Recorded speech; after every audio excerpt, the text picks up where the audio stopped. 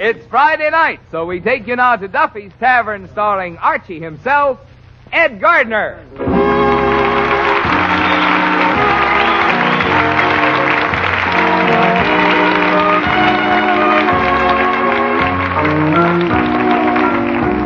Say, friends, let me ask you something. How well do you take care of your teeth? Oh, of course, you brush them regularly, but how about your gums? Do you pay any attention to them? You should, you know, because firm, healthy gums are very important to lovely, sparkling teeth. That's why so many dentists recommend Ipana toothpaste and gum massage.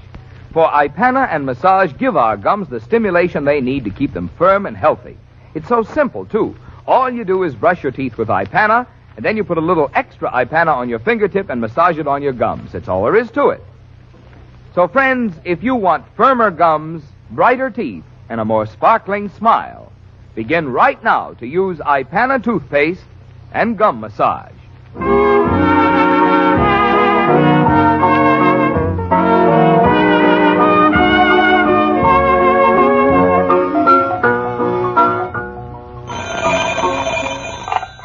Hello, Duffy's Tavern, where the elite meat to eat. Archie, the manager speaking. Duffy ain't here. Oh, hello, Duffy. Yeah, pretty big crowd here tonight. Grogan, O'Flaherty, Murphy, McCaffrey, Gilhooly, Callahan, O'Houlihan. Just a second, Duffy. Somebody just came in. Oh, hello, Goldberg. Yeah. Oh, Kelly's here and Moriarty. By the way, you ought to see Moriarty. He's wearing a wig. Yeah, a toupee.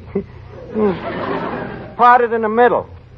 Well, it fits him pretty good, but I think he's wearing it wrong. Well, the part runs from ear to ear. Yeah, I tried to tell him a secret and found myself whispering in his nose. Well, he looks pretty good. He's had on his new tropical suit. The one he stole in Florida. Yeah. Mrs. Moriarty? Yeah, she's with him. Looks great, too. Nice new dress, you know. Well, it's a little big on her, but, you know, when Moriarty grabs them things, he ain't got no time to look at sizes. Well, I'll call you back, Duffy. I'm very busy now. I'm up to my ears in work. Okay. Eddie, hand me that newspaper, will you?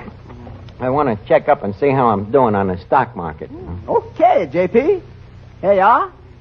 Let's see. Up a quarter. Up a quarter. You mean you made $50 already? Guess I must have. Looks like this new system of mine is really working. What's the system? Well, you see, I analyze the margins against the trends, and if they fluctuate enough, I check them against the Dow Jones averages.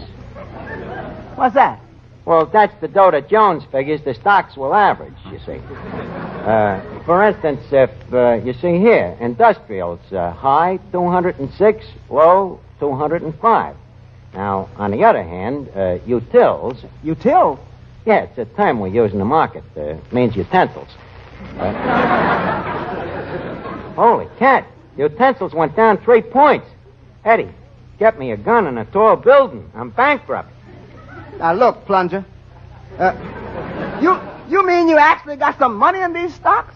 Well, not actually, just mentally. Oh, then you're still bankrupt. Eddie, I fancy your insult. Say, Archie, you know, you got a lot of nerve reading a newspaper on Papa's time. What do you mean? Well, you don't see Papa down here doing that. Well, naturally, the stumblebum can't even read. But what's in any of your business, anyhow? Well, in the first place, that stumblebum happens to be your boss. And in the second place, he's my own flesh and blood.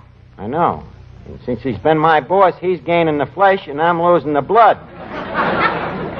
And while we're on the subject, it wouldn't hurt your brains none to read the papers once in a while, neither. Look who's talking. I'll have you know that I read the newspaper every day from top to bottom. Well, maybe if you tried reading it from side to side, you'd learn something. Your idea the biggest news story of the year was when Dick Tracy fell into the cement mixer. And what's wrong with the comic strips? Nothing, Miss Duffy. Read them all you want. But with a lot of important things going on, you should read the front pages once in a while, too. Especially these days when they're talking about you. Talking about me in the paper? Where? Right here in this article by Secretary Wallace. Every person in the United States will be asked to share with the starving peoples... Peoples?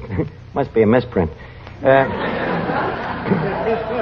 Every person in the United States will be asked to share with the starving people of the world by contributing either food, canned in tin, or money to buy food. But that don't mention me. Oh, yes, it does. Every person in the United States will be asked to share. That's you, Miss Duffy. You and me and everybody else. Oh, I see what you mean. Good. You know, I don't mean that you have to give up reading Dick Tracy or how many freckles Van Johnson's got, but I do mean that you should take an interest in other things, too, you know. There are too many people already who ain't got the slightest idea what's going on in the world. Hello, Oh, hiya, Finnegan. How are you? So I'm starved, Arch. I ain't had a thing to eat all day. Why not? Well, I never eat on an empty stomach. Well, didn't you even have breakfast? No, I wasn't hungry. Well, how come? Well, I think it's this daylight saving time, Arch. What do you mean? I forgot to set my stomach ahead. Now, wait a minute, Finnegan. If it's daylight saving time, you don't set your stomach ahead. You set your stomach back. Archie, I'm afraid I must take issue with you. In what respect? Well, in daylight saving time, you push the clock ahead, not behind. Finnegan, I can see that you never shot the sun with a sextet. Now, if you'll listen, I'll explain to you how the thing works. Yeah. You see, time goes westwards with the clouds. So, if you happen to be taking a train from New York to Chicago, let's say, you'd go to sleep at 2 o'clock in the morning, and at 1 o'clock, they shove the clock ahead and take an hour away from you. Well, what do they do with it, Arch? They return it to you when you go back to New York in the fall. Anyway, as I was saying, when it's 2 o'clock in New York, it's, in Chicago, it's either 1 o'clock or 3 o'clock, see? Depending on which way you're going. Oh, yeah. Now, if, for instance, you're going west as far as Denver, then you lose a lot of time. Why is that? Well, on account of the solar system. You see, the sun has trouble getting over the mountains there. Well, after all, Arch, no system is perfect. Granted. Yeah. Now, where was we? What? Where was we? Denver. Oh, yes. Yeah. Well, leave us get on the train again now, Finnegan, and... Do you mind if I go in the smoker? What for? I want to find out what time it is. Finnegan, maybe we better change the subject. Now, what do you want to eat? Oh, wait. Oh, yeah, well, let's see. I think I'll have a bowl of noodle soup. Nice thick steak with French fried potatoes, some hot biscuits, some pie a la mode. Finnegan, I think that hole in your head must have gone to your stomach. Look, ain't you heard what's going on in the world? That millions of people are starving? Never heard a word about it, Art.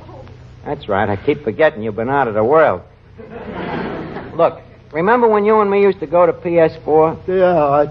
I always wondered why. Well, the reason was so that we could learn something. We sure fooled them, didn't we? How about, what are you driving at, Art? Well, you remember we studied geography? You know that stuff about them other countries? But, Arch, what's all this got to do with hot biscuits? I'm sneaking up to it, Finnegan. Remember on the map there used to be a place called India? India? Oh, that was the pink one, wasn't it? Yeah. Yeah. Do you know how many people are starving over there now, Finnegan? How many? 75 million. No, wait a minute, Arch. How do you know? Was you there? No, but I happen to read about them things once in a while. And I'd like to tell you a story that I read, Finnegan. A story by a guy named Mule that I read in the Reader's Digest. This guy went over to India as a reporter. And some of the things that he's seen over there, well, if I tell you, maybe it'll take your appetite away a little.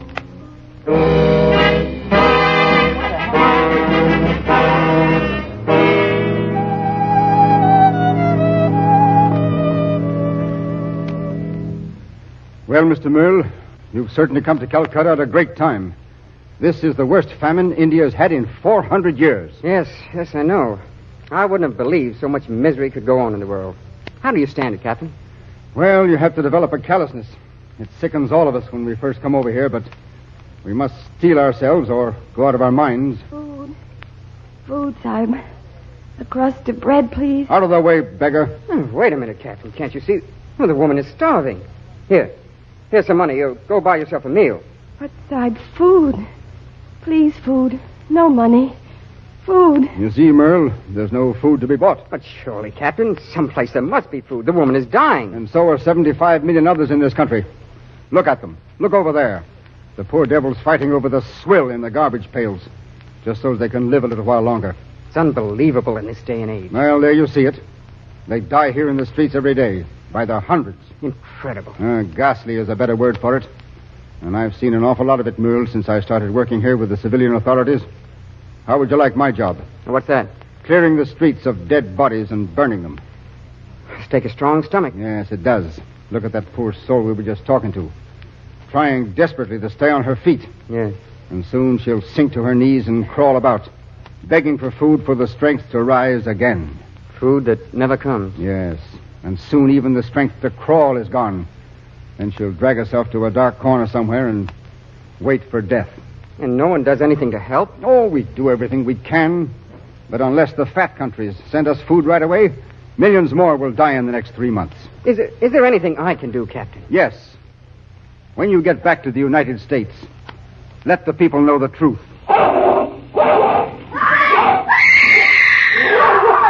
What's that? A woman fighting with a dog. Fighting for her husband's dead body. Stand back. You see, when famine strikes in India, Mr. Merle, it's the dogs that grow fat. Yeah, you'd better come to my office and have a drink.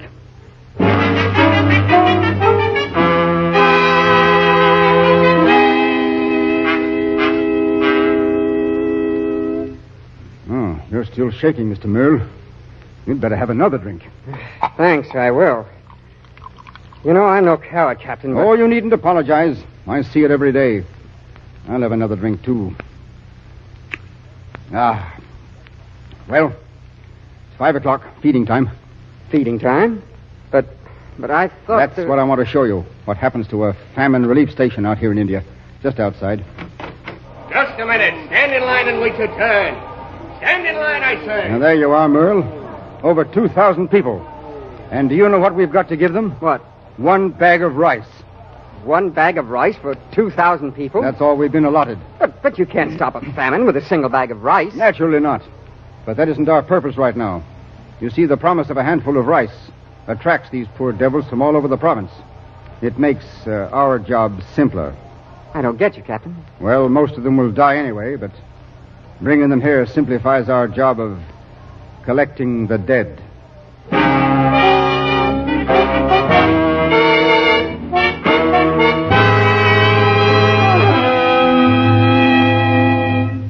Gee, Arch, that's a horrible story. Finnegan, this ain't no story. This is a fact. This is what's going on over there right now. If you can eat after that, you got a cast iron stomach. But, Arch, I'm only one guy. I know you're only one guy, but Finnegan, multiply you by millions. No, that's too horrible a thought. What I mean is, if everybody did his bit, we could help them. And that story I told you, that's just one country, Finnegan. The same thing is happening all over Europe and Asia. 500 million people facing death by starvation in the next 3 months, unless guys like us, Americans, are willing to help them. Say, Archie. Oh, hello, Colucci. Archie, I wanted you to do me a favor. Oh, sure, Colucci. What is it? Well, this letter just come from my boy, Tony, and, well, I can't read the English myself, so you read it to me, Archie, eh? Oh, sure. Kid still overseas in the army, Colucci? Oh, sure. He's stationed in the old country. Good old sunny Italy, huh? Well, she used to be. You read the letter, please. Okay, Colucci. Hey, he's a sergeant now, huh? Oh, you betcha. Smart boy, my Tony. Pretty soon he's going to be a corporal. Oh, good. Oh, leave us see what he has to say here. Dear Papa, I'm awful lonesome here tonight.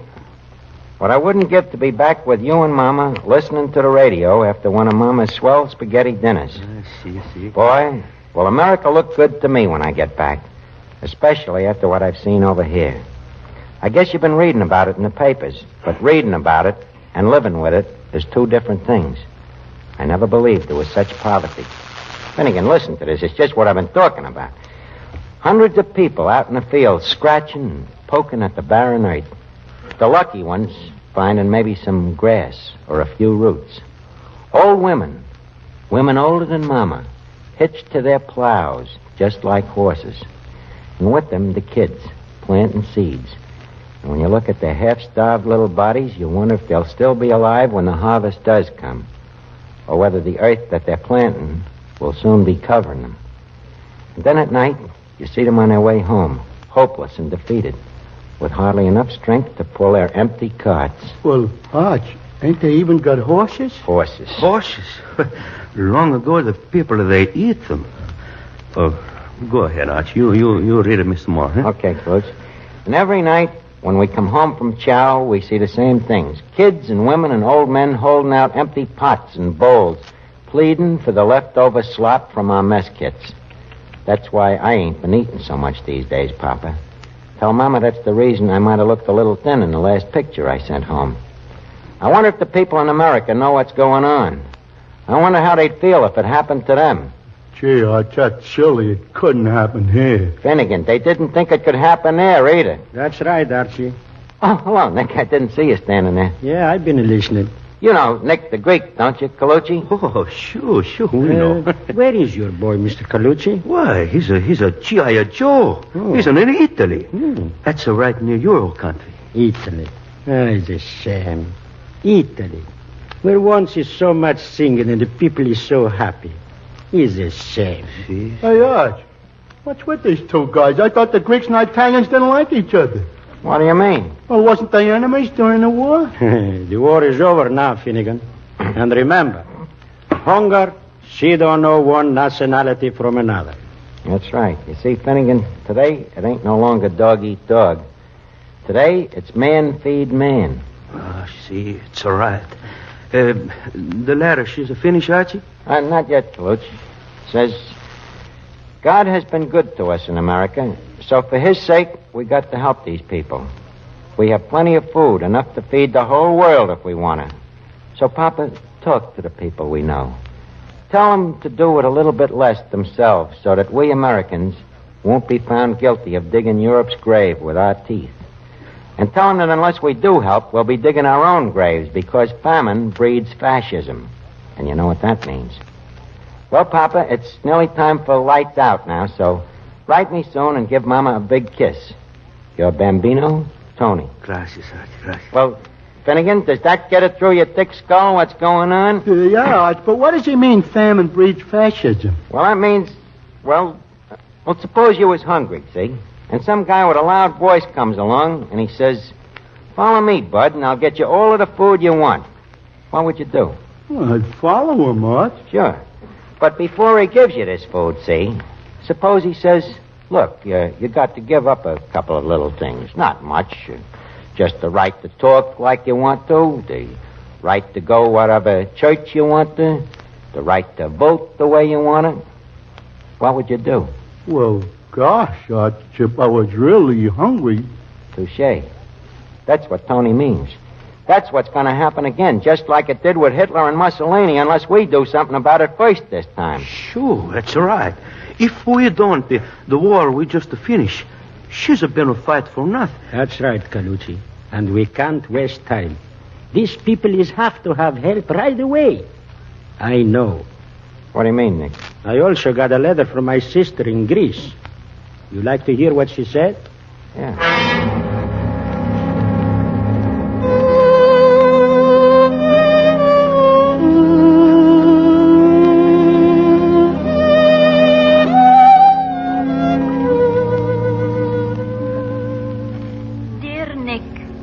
For the unhappiness these words bring to you, I ask forgiveness, but I write with a full heart. Your letter, telling us of the wonderful package of food you had mailed, came at a time when my husband Charles and I were desperate. You see, our little Alexander, your nephew whom you have never seen, was very ill. The doctor had done what little he could. I'm sorry, Mrs. Varipapas, but the child is dying of malnutrition. But, Doctor, you can't let him die. Our only child. Oh, what can I do? Food is the only thing that will save him. Tell me the truth, Doctor. How long can he go on this way? I'm afraid I must be frank with you. A few days, maybe a week at the most. Oh, then there is still hope, Doctor. There is a package of food on the way from my brother in America. Well, let's pray that the package will arrive in time. It will arrive. It must.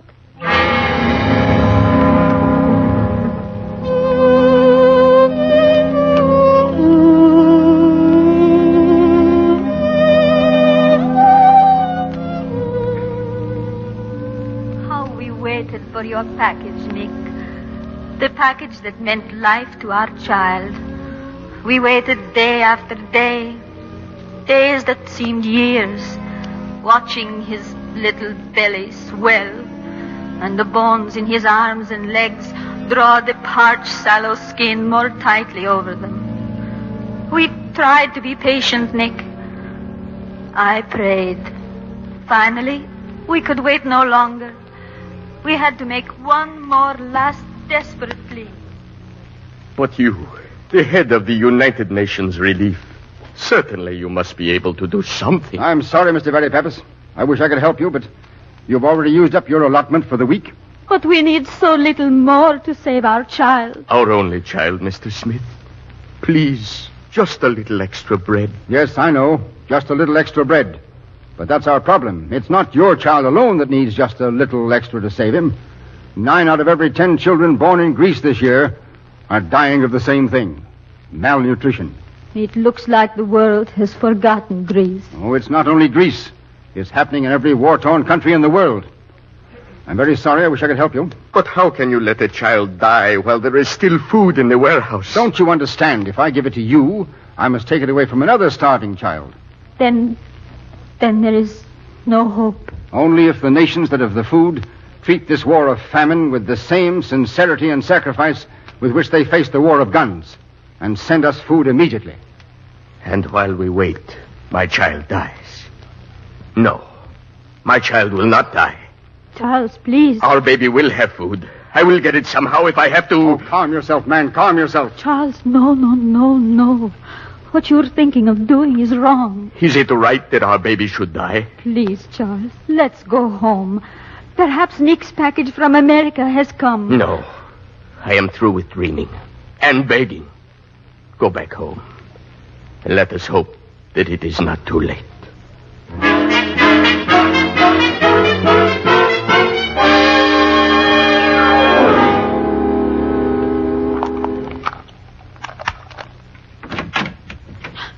Doctor, why are you here?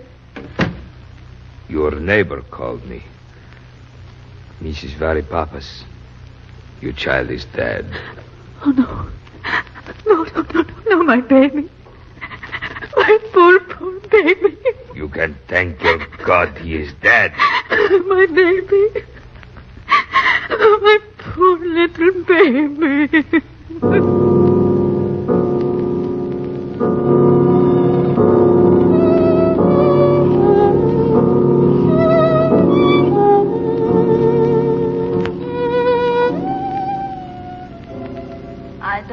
How long I sat there after the doctor left Nick, trying to understand that my child was dead, trying to believe that it was good that he was dead, as the doctor had told me.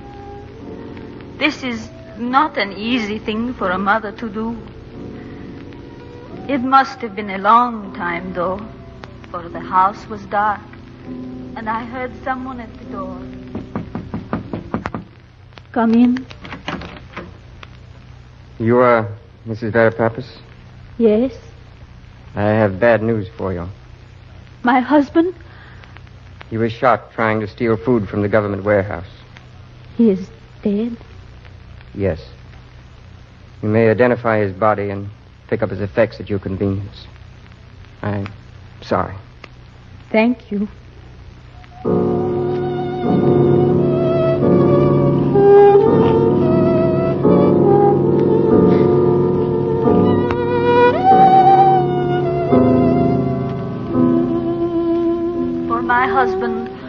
whom I loved with all the tenderness and passion that a woman can have for a man.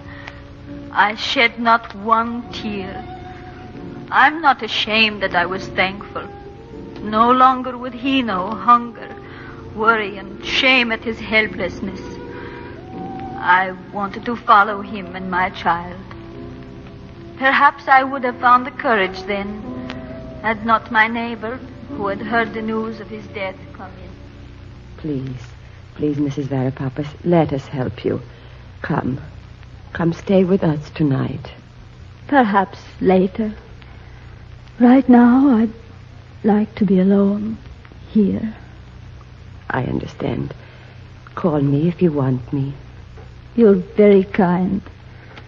Oh, I almost forgot. I met the postman downstairs. Yes? He gave me this package for you. It is from America.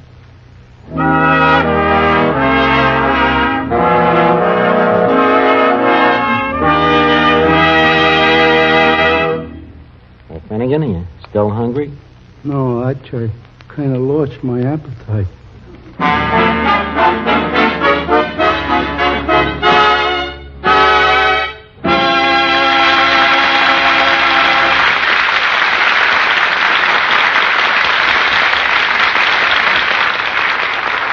We are indebted to the magazine Asia and the Americas for permission to use the John Frederick Mule story on India.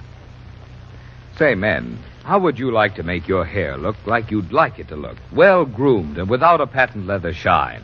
Then listen, get hep to Vitalis. Vitalis is a hair grooming preparation that really gets results in keeping dry, unruly hair under control. It's Vitalis and the famous 60-second workout that does the trick. And it's so easy. For just 60 seconds, you simply apply Vitalis to your scalp and rub briskly. Then you comb. That's all. But oh, what a change. Your hair looks well groomed in a natural, masculine way, without that objectionable patent leather shine. What's more, Vitalis 60-second workout loosens a tight, dry scalp, routs loose dandruff, and helps prevent excessive falling hair. Vitalis is back now at all drug counters, and once again is America's leading hair grooming preparation. So to look your best tomorrow, get a bottle of Vitalis tonight. And now, ladies and gentlemen, it's time to leave Duffy's Tavern for this evening. If you have a half hour next Friday night at the same time, remember... Duffy's Tavern, where the elite meet to eat, but not until the rest of the world gets fed. Oh, hello, Duffy. I was just busy back there checking the icebox.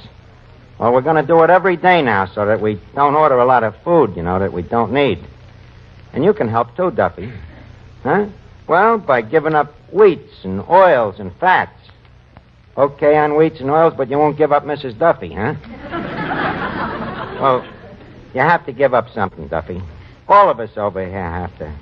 Because we want America to have the answer ready when the rest of the world says, give us this day our daily bread. Good night, Duffy. This is NBC, the National Broadcasting Company.